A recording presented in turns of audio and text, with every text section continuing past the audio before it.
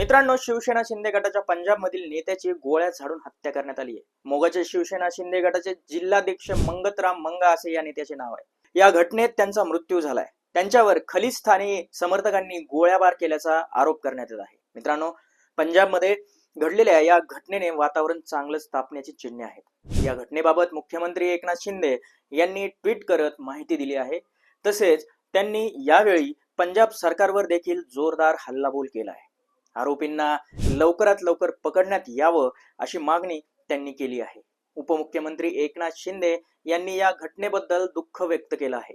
पंजाब राज्याच्या मोगाचे शिवसेनाचे जिल्हाध्यक्ष मंगतराम मंगा यांची गोळ्या झाडून अत्यंत क्रूरपणे हत्या करण्यात आली आहे. ही खूप दुःखद घटना आहे. पंजाब मधील खलिस्तानी समर्थक लोकांनी एका शिवसैनिकाची खुलेआम हत्या केली. ही घटना पंजाब सरकारच्या जर्जर झालेल्या सरकारी व्यवस्थेला समोर आणते.